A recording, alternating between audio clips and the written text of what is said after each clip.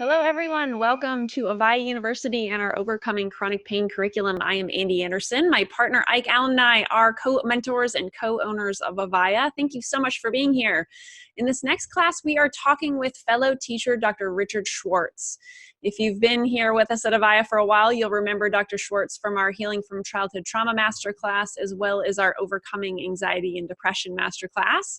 Dr. Schwartz began his career as a systemic family therapist and an academic, and he is now on the faculty of the Department of Psychiatry at Harvard Medical School. He is also a senior fellow of the Meadows Treatment Center in Arizona. He developed what's called the Internal Family Systems Model, or IFS, in response to clients' descriptions of various parts within themselves, and we'll talk more about that. And in 2000, he founded the Center for Self-Leadership, which offers 3 levels of trainings and workshops in IFS for professionals as well as the general public. And he's going to be talking with us about using internal family systems to heal chronic pain.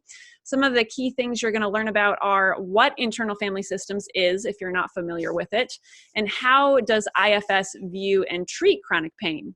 So Dick gets you to actually look at and focus on whatever pain it is that you're experiencing, to get curious about it instead of trying to avoid it or mask it or medicate it or all of these different things. He encourages you to ask questions of your pain and ultimately listen and pause to get answers from the parts that were using that pain for some kind of purpose in your life.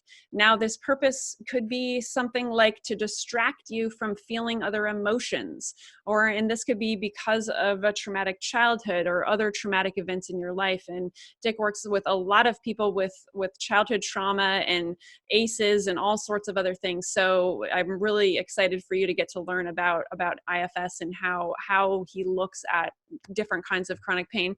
He also talks about a randomized controlled study that was published in the Journal of Rheumatology, where IFS was actually shown to reduce pain, to reduce depression, as well as improve physical function for people struggling with rheumatoid arthritis. So among many, many other things that you're going to learn now for our class with fellow teacher, Dr. Richard Schwartz. Thank you so much for being here with us again, Dick. You're welcome. Good to see you, Annie. Yeah, you too. And you have a beautiful background today in Hawaii, which is really awesome. I'm a lucky man to be out of Boston. Well, I'm so glad that we could make this happen while you're over there. So let's talk a little bit about, for people who don't know your work, Dick. I know a lot of people do already, but if they don't know your work, can you just give them a little brief background on internal family systems so that we can reference that throughout the conversation about chronic pain? Okay. The basics are, I believe and actually discovered that our minds are not monolithic, that we have a bunch of what I call parts in there who converse all the time, and that's what we call thinking. And it turns out that all of them are valuable, and when they're not in extreme roles or burdened by extreme beliefs and emotions, they're very helpful, and they want to help us, and they have a lot of talents and resources, but they're forced out of their naturally valuable states by traumas and attachment injuries into roles that often can be damaging and that they don't like, but they think are necessary because often these roles were necessary when we were young. And they really tried to step forward and protect us when we were little kids. And then they get frozen in time and they get stuck in these roles that we don't actually need them to do for us anymore. Mm-hmm. So, and then in addition to that, at our essence is what I call the self, which is a healing essence that has these wonderful C-word qualities like calm and confidence and compassion, and there's 8 C's, and that's in everybody, that can't be damaged. And I stumbled onto that discovery that if you just get some of these parts to open space inside and relax, that's there. It just comes forward naturally, and it knows how to relate to the parts in a healing way, and it knows how to relate to other people in a healing way also. And so often when I'm working with somebody, I'll access that first, and then in that state, have them begin to work with their parts. And by that, I mean, begin to get curious about why they do what they do rather than fighting or hating them, and learn often the secret history of how they were forced into the roles they're in, and then help them transform, because we can literally unburden the extreme beliefs and emotions they carry. And when you do that, they'll change into their naturally valuable states. So that's a little summary that usually takes me at least an hour and a half, but I think it'll suffice for now. Thank you. I appreciate that, just in case people aren't familiar yet with your work. And so let's tie IFS, internal family systems, in with chronic pain. So the people watching right now are suffering from probably many different kinds of chronic pain, maybe related to old injuries or anatomical issues or autoimmune diseases, all sorts of things. So how does IFS view chronic pain? Yeah, so it's a little bit complicated, but what I find, and we have an outcome study actually with rheumatoid arthritis that we did maybe 10, 11, 12 years ago. It was a very good study. It was published in the Journal of Rheumatology and had exceptional results by simply getting people to focus on the pain, and instead of, again, hating it or feel oppressed by it, or getting them to a place of being curious about it and asking questions of the pain itself. And the answers often you would get from the parts that were using the pain to get a message through or to punish the person. And it was interesting in that study because it was done in Boston at Brigham and Women's Hospital, or no, at Beth Israel, I think. One of those two. Okay.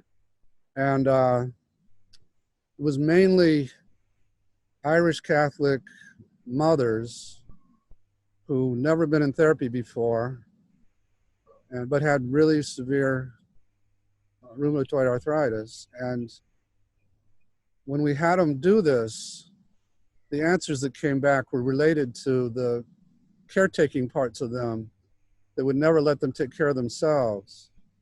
And so the parts that were giving them the arthritis hated the caretaking parts and were going to cripple them so they couldn't keep doing it, or were at least trying to get their attention to stop letting everybody run over them. And as we worked that out and got the caretaking parts to relax more and give more airtime to these parts that wanted them to have a life, the arthritis got much, much better, to the point where in some cases it went into full remission. And so anyway, there's a link on our website to that study if people want to look into it. Published in a good medical journal called the Journal of Rheumatology. Got it.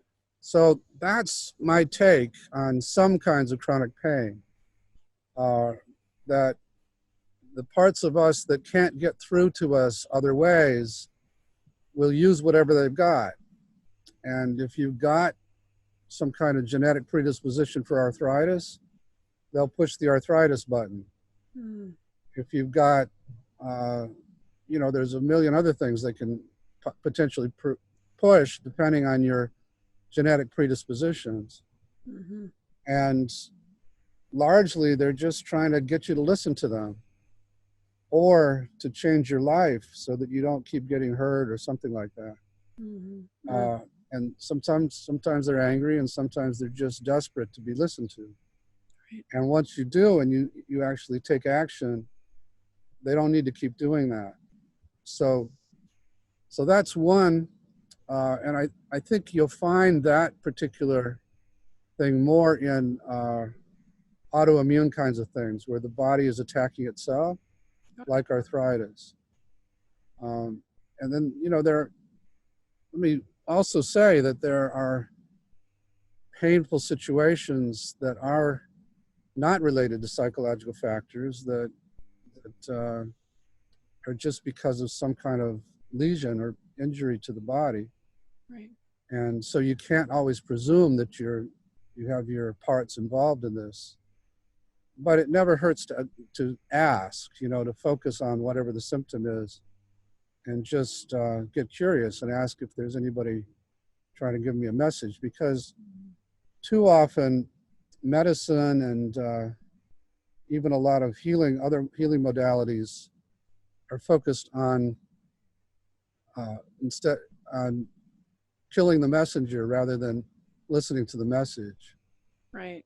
So anyway, that's some of my thoughts about chronic pain, and I've worked with all kinds of pain, fibromyalgia, and all, just all kinds of various kinds of pain, and not always, but often it is these parts that are trying to get through, and as they are hurt otherwise and they don't have to use the pain, then they stop doing it.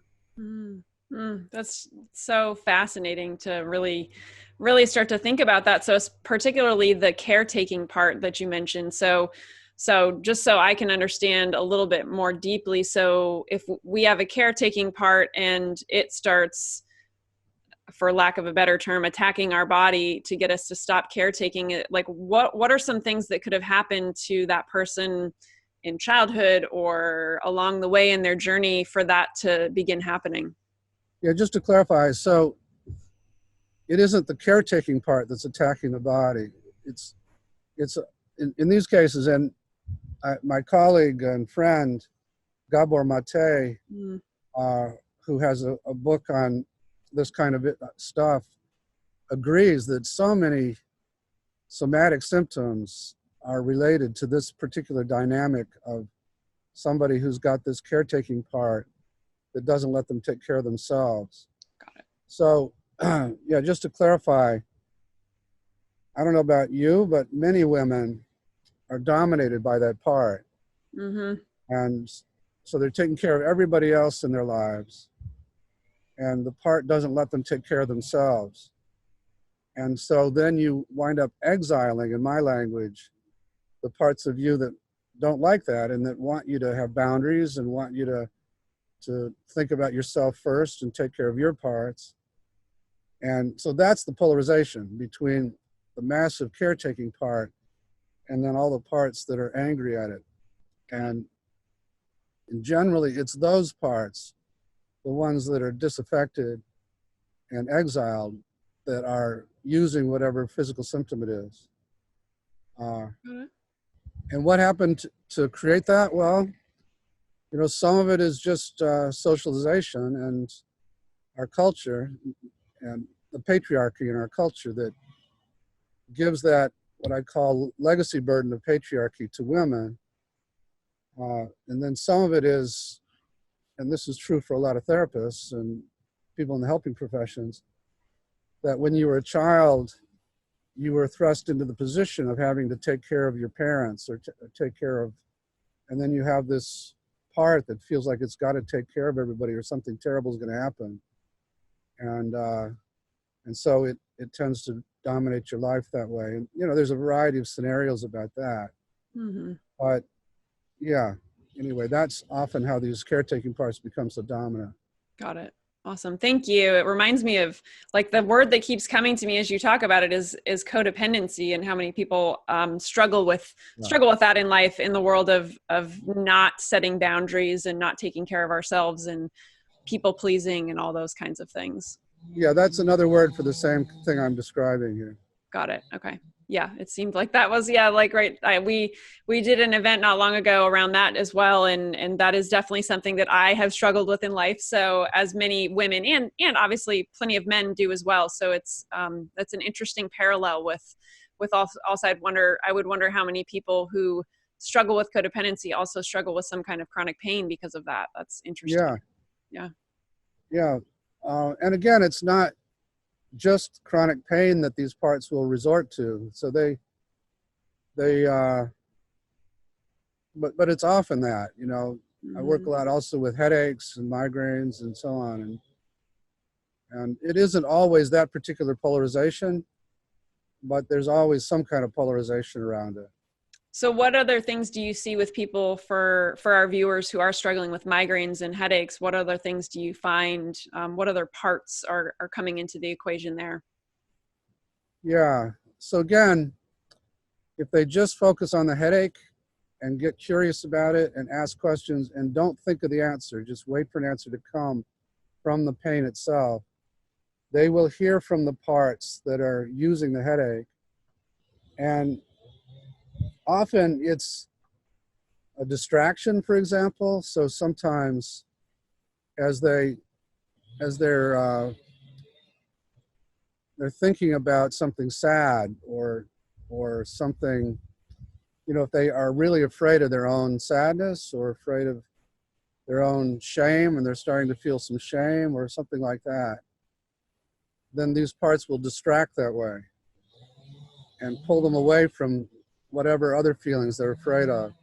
Mm, That's another common reason that there's pain, just for distraction. interesting. And yeah. Got it. And also, stress gets a lot of the blame for these kind of symptoms. And it's true that, which is similar to the caretaking part, but it's a little different, that we have parts, some of us have parts that are constantly driving us and pushing and making us very, very tired or overstressed. And sometimes pain is a way to get out of that. Mm-hmm. And then also, there are people who are using pain to get attention, or their parts feel very neglected, and the only time they got attention was when they were hurting somehow. And so these parts learn that if I can be hurting, then people will pay attention to me. So there's a variety of reasons you'll find if you start asking these questions. The main thing is just to get people to pause enough to not keep fighting the pain and just try and see if there is something deeper about it. Mm-hmm. So, we've really been talking about how IFS can treat chronic pain throughout the last few minutes. Is there any other details you can give people who are struggling? Is this like, how long does this process take for someone who is willing to start looking at, doing that pause and start looking at these parts? Like, what do you think? Well, it doesn't take long usually to learn about what parts are involved and what their purpose is. Mm-hmm. To get them to stop doing it sometimes takes a while, because often they're not going to do it until they really trust you're going to follow through and change your life or whatever it is, or until you can get permission to go to what they've been distracting from and heal that. Mm-hmm. And so IFS is that whole package of therapy that allows for all of that. And the length of time just varies quite a bit by how much pain is in there and how many horrible experiences you had as a child that we have to heal. Mm-hmm. But in some cases, just getting to know the parts involved and in the arthritis study, I think it was 6 months of IFS weekly treatment. Got it. And then have these big, big reductions in the pain. So, Mm-hmm. it ranges from that. And then I work with a lot of severe trauma survivors who were abused on a daily basis, and that takes years. Mm-hmm. And they may have vestiges of fibromyalgia or whatever the symptom is for a long time, but it's increasingly getting better over time. Will you touch a little bit more on that? Like, how does trauma link to chronic pain? Yeah, well, sometimes, like I was saying, parts will use the pain to distract. Mm-hmm. Sometimes there are parts. So in my system, we have protectors, parts that are in the role of being protectors, and that would be an example, that they're trying to protect you from the pain of the memories and sensations and emotions that came from the trauma. And they'll use pain to distract from that. But then there are the parts that are still living in the abuse scenes, that are still frozen in time back there. And those parts we tend to lock away inside because we don't want to remember any of it. We don't want to feel it again. So we call them exiles. And again, when you exile a part, they try to get through to you. They try to get you to pay attention to them. And they will use what is available to them. And so if there's predispositions for pain, those exiles will try to say, we're in here, deal with us. You got to look at this. Right. And they'll use the pain for that. So part of what I'm saying is you don't know until you go in and ask these questions, what's driving the pain? You know, you can't, there's no one cause for any of it. So you just have to help your client or yourself get curious about it and ask these questions. Mm-hmm. So for people watching right now who would like to get IFS, right, like go dive into this with a practitioner, like how do they do that? You have so many people in your organization, like how would one get started with such a thing? Well, they can look on our website, which we got a new website. I heard. So selfleadership.org will still get them there. Mm-hmm. But the new one, I believe, is IFS-institute.com,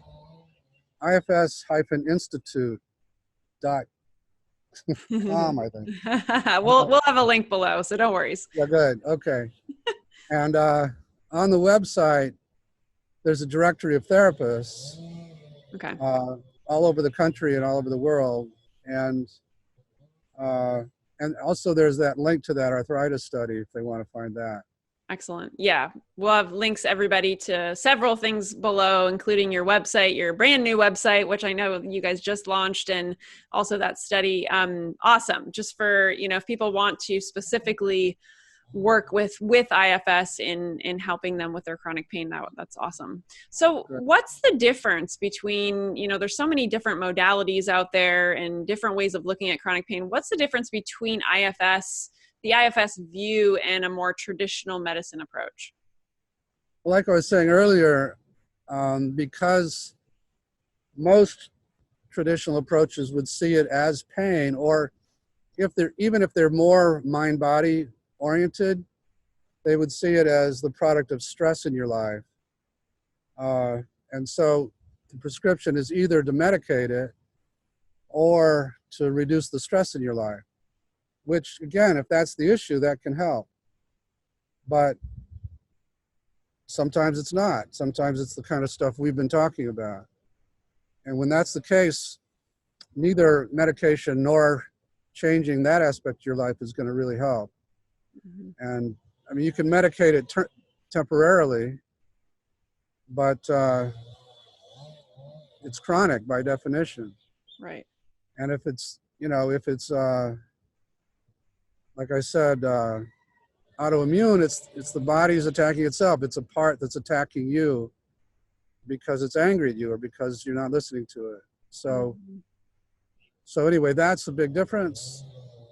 Another difference is that we can access this place called self to do this and separate from the pain. And that by itself is a powerful intervention. It's sort of like getting mindful toward the pain. So you're not in it all the time. But instead of just observing it, which is what mindfulness does, you actually begin to interact with it and actually ultimately begin to transform the parts that are using it. So all of that would be a difference. That's beautiful. Could you talk a little bit deeper about what you mean by self? I know you have mentioned it, but like what does that mean to you in IFS? Yeah, so once again, this discovery, for lack of a better word, that just beneath the surface of these parts lies this essence in everyone that knows how to heal is a major thing. It changes everything, and it can't be damaged, and it's in everybody. And so it really changes the paradigm on understanding the human mind and what's possible and what's not possible, especially around healing. And it's a kind of a long story. I just did a second edition of the original book called Internal Family Systems Therapy. And in that second edition, I have a much expanded chapter on self, if people are interested. Got it. Published by Guilford Press. Okay. But yeah, self would be equivalent in other spiritual traditions to maybe the soul or Buddha nature or Atman in Hinduism, or, you know, most all spiritual traditions have a word for this. Right. Almost no psychotherapies do. Right. And I've stumbled onto a way to access it very quickly in people instead of having to meditate for 20 years. You just get these parts to open space and boom, all these C-word qualities appear almost magically. Even in people who've had horrible histories, and you wouldn't, based on psychology, particularly attachment theory, you wouldn't expect them to have any of that, because attachment theory, well, I always have to qualify this and say there's many, many things about attachment theory I love.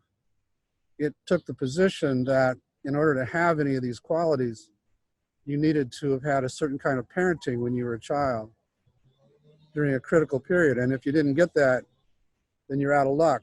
You got to get it from some external relationship. And I just find it's in us. It's innate to us that we don't have to get it from anybody. And that's a very empowering discovery for people. Mm-hmm. Absolutely. I love it. I love that. It's so fun to talk with you because I feel like every time we chat, we get a little bit deeper into this conversation, whether it be talking about trauma or anxiety or depression or chronic pain or whatever. I just love your work. I just appreciate it so much. Thank you, Andy. Yeah. So I guess here's another question surrounding trauma, since I know so many people struggle with that, and I know so many people that you work with have trauma. Do you see a difference in people who have, let's say, a childhood trauma versus some kind of traumatic event that happened when they were adults in the world of the different parts and exiles and stuff? Yeah. You know, we'll have what we call exiles. You know, we work with combat vets, for example, and they'll have young men versions of themselves that are stuck in combat scenes that they abandoned. Actually, when we talk to Marines, we use the line, "No man left behind," because that's their motto. And they left these men back in combat, so they get it. But the difference is when you're a little kid and you have similar kinds of traumas, you don't have the capacity to understand. And so it's much easier for you to pick up burdens of it's your fault or you're bad, or the level of terror is greater because you're a little kid, and then if it's happening over and over, then you have these parts that come in and just want to get out of here, you know, or want to not try anymore or something like that. So that's the main difference. You know, single episode adult trauma is very easy for us to handle. It's the chronic childhood abuse with all the ACEs scores that takes much longer. We still heal it all, but it takes a lot longer. Got it. Awesome. Thank you. So if you were to, I'm just thinking of this in the moment, like if there was like one piece or one major suggestion you would have for our viewers right now who are struggling with chronic pain, like what one piece of advice or suggestion would you have for them? You know, it would be pretty simple. And sometimes you need somebody with you. It doesn't have to be a therapist, but if they were open enough to it, and you know, when I talk about this, it brings up parts in people that think, oh my God, I'm doing this to myself. I'm doing this to my family. What a horrible person. And it's not about that at all. It's, you know, it's these parts that are unconscious most of the time that are doing it, and they don't even know the damage they're doing a lot of times because they're so young.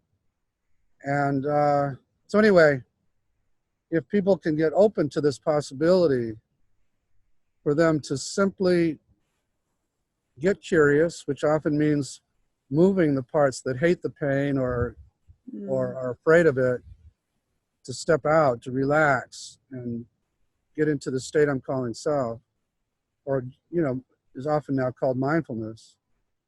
So to just get curious and focus on the pain itself, and then just start asking, is there something you want me to know? And just wait for an answer. Don't think of the answer. And, in some cases, like I said, there won't be an answer because it's just pain. It's not psychologically rooted. But a large percentage of people will be surprised by the answers they start to get. And with that, then they might start to change their lives, or they might start to look for more psychological help. Beautiful. Thank you. I love that. Awesome. So, Dick, I want to remind everyone that there is a button below this video, and it leads over to a meditation that you have for everyone. So just a quick little note for that, everybody. If you click the button below, you will get the Allowing Space for Self meditation from Dick and his team. So thank you so much for giving that to everybody today. I really appreciate that. Welcome. And are there any last insights, anything else that you feel we've left out of this conversation? I think one thing I'll say is pain is tricky because, for example, you go to a chiropractor about your back, and they'll see a lot of problems in your back through x-rays or various things and point to that as that's the issue. But there are studies that have shown that there are many people with at least as bad kinds of injuries in their back and they have no pain. So so it's basically, I'm saying it's always worth checking if there's some other reason for it. Right. Yes. Awesome. Thank you. Thank you so much. I really appreciate you being here with us again, Dick, and just very grateful for you and your work, and thanks so much. You're very welcome, Annie. Always great talking to you. Absolutely. And enjoy that beautiful background you have over there. I'm a lucky man right now. Much better than Boston. Yep, absolutely. Well, enjoy it. And thank you so much. And everyone watching and listening right now, thank you for showing up for yourself. And we will see you again very soon. Take care.